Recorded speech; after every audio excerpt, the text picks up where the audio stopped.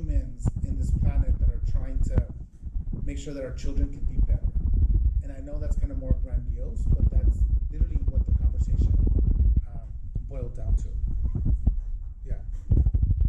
And I don't want to give you a definitive answer, because it's not a definitive issue, right? It's something that people are going to have multiple opinions on. And people asked us, you should just keep those kids that commit serious crimes in the adult system, and everybody else who's not a serious crime, like drug offenses and all that stuff.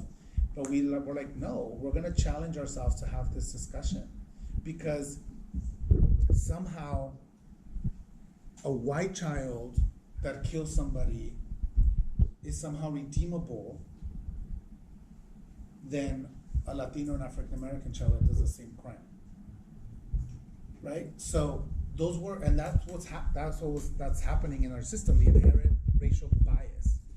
So you're tackling that issue, you're tackling the emotion of the victims, you're tackling the big, broader perspective of who we are as a society. Are we going to incarcerate children? And in no other country in the world do they incarcerate children with adults or serve life without parole. Because somehow, like, okay, you did your time. We're going to make sure that you can be a better person out of this. It's tough. I get it. Yeah. Anybody else? Go ahead. As far as like the street vending laws, it's statewide. Yes. But only for LA, like if I'm having all the time. Yeah, well, no, we made it statewide. I mean, LA is kind of the epicenter of this fight, but it's a statewide law, because the last thing I wanted was, again, a street vendor could be in Beverly Hills and then be harassed, and the street vendor doesn't know, oh, I can't, this is a different city, or this is like something else. So we wanted something that was uniform, that gave all the cities the opportunity to create a permitting process for them. And a lot of them fought me, but we also found businesses who said, actually, the street vendor helps me. Like, having a street vendor in my community brings business into my business, and it also, guess what? It helps us fight crime, because you actually have a live person there in the community finding out what's happening, every day. And so you started seeing them now as like kind of like community like vigilantes, or like, oh no, I know that senor, I know that kid, if he's in trouble, I'm gonna help him. So, it was that I learned that they have a much broader role in the communities because people know them, So it is a statewide policy. Senator Lara, because of the time, let me ask the last question. Sure. Can you say a little bit about the work that's being done right now in terms of campaigning, your campaign work, and how it's similar to Oh my God, yeah, how it's different? This is community organizing to the whole next level. I mean, I'm running now in a statewide position for insurance commissioner, and with my goal, as I said earlier, both my parents were undocumented. We didn't have healthcare growing up as children. Healthcare to me was disguised as a vacation to Mexico, which meant I was in the doctor's hospital for like 6 hours, or like in a dental office. I'm like, this is not vacation. So when you say, oh, we're gonna go on vacation, I hated the word vacation, because I knew I was gonna end up in somebody's hospital in Mexico. So the insurance commissioner pushes to make sure we have healthcare for everybody.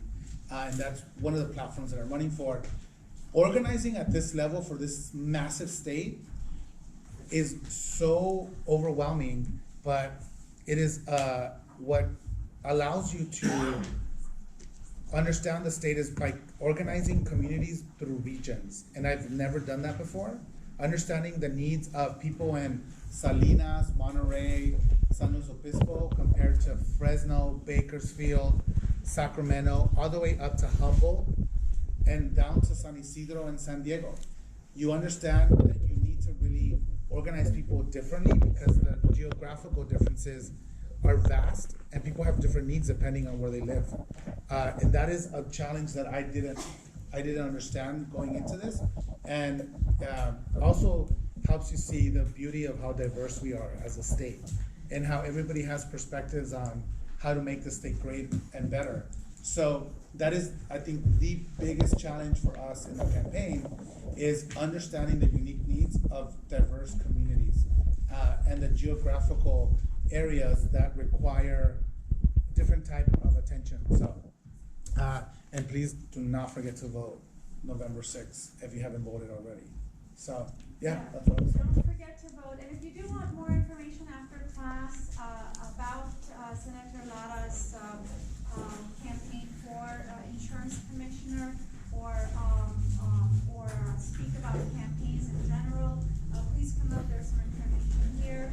And so, we'll end here, and you'll be around for a few more Yeah, minutes. sure. Questions? Yeah, thank you again. I hope I didn't bore you too much. Yeah.